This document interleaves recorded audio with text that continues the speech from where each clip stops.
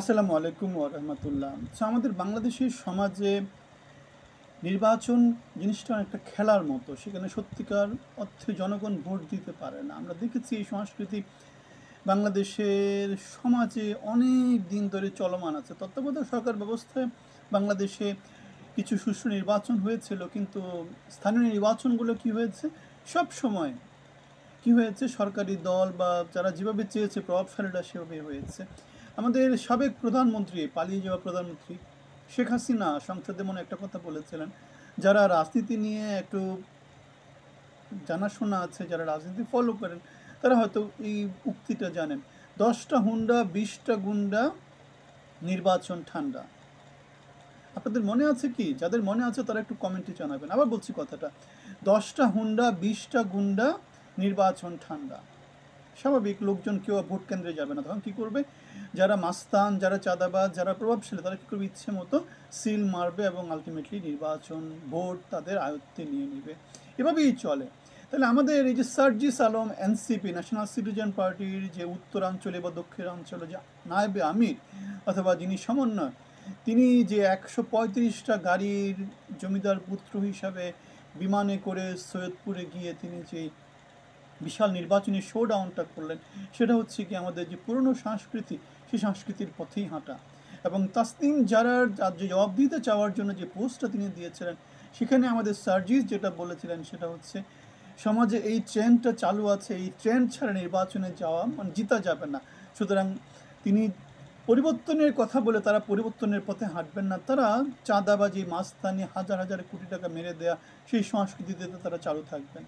সুতরাং আমরা দেখতে পাচ্ছি বাংলাদেশের সমাজে, যেখানে আমরা ছাত্র রাজনীতি বন্ধ করার কথা বলে ছাত্র রাজনীতি শুরু করেছি, চাঁদাবাজি, মাস্তানি বন্ধ করার কথা বলে আমরা সেটা করতেছি, নির্বাচনে অসাধু শক্তির যাদের দমন করা হয় সেটার কথা বলে আমরা অসাধু শক্তিকে প্রমোট করছি, সেখানে বাংলাদেশের সমাজে পরিবর্তন কীভাবে আসবে? তাহলে জুলাইয়ের যে পরিবর্তনের কথা বলা হচ্ছে, অথবা ইউনূস সরকার যে সংস্কারের কথা বলছে, সেই সংস্কারগুলো সবগুলাই হচ্ছে গিয়ে কি, আমরা দেখতে পাই যে সবগুলাই হচ্ছে জনগণকে বোকা বানানোর একটা একদম সুকঠিন সুগভীর চক্রান্ত ছাড়া অন্য কিছু না।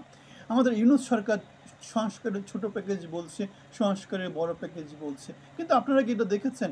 ইউনূস সরকার নিজের নামে ট্যাক্স মওকুফ করে নিয়েছে, গ্রামীণের নামে নানা রকমের লাইসেন্স ইস্যু করতেছে।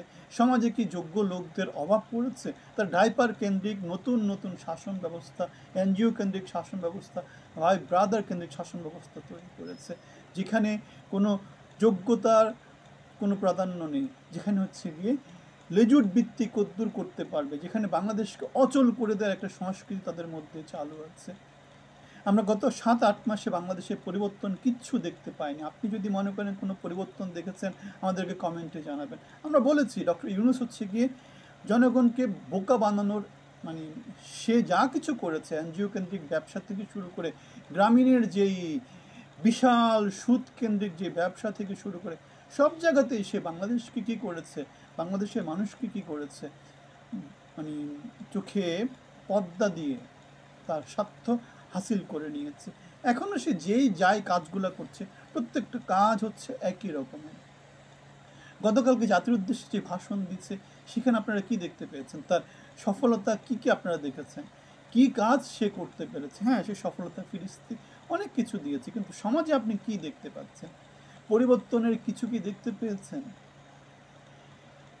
কৃষক, শ্রমিক, মেহনতি মানুষ কি হচ্ছে, তার হয়তো বা সহায় সম্বল হারাচ্ছে। দ্রব্যমূল্য কমে গেছে, বেড়ে গেছে, সেখানে কোনগুলো কাঁচামাল, এগুলো কৃষক ন্যায্য মূল্য পাচ্ছে না, সে কীভাবে চলছে, প্রতারিত হচ্ছে। হ্যাঁ, আপনারা হয়তো যারা চাকরি করেন, বাকরি করেন, যারা সুশীল সমাজ, তারা হয়তো বা কম দামে জিনিসপত্র কিনতে পাচ্ছেন, কিন্তু যারা গ্রামে গঞ্জে থাকে, যারা বস্তিতে থাকে, তাদের কি অবস্থা?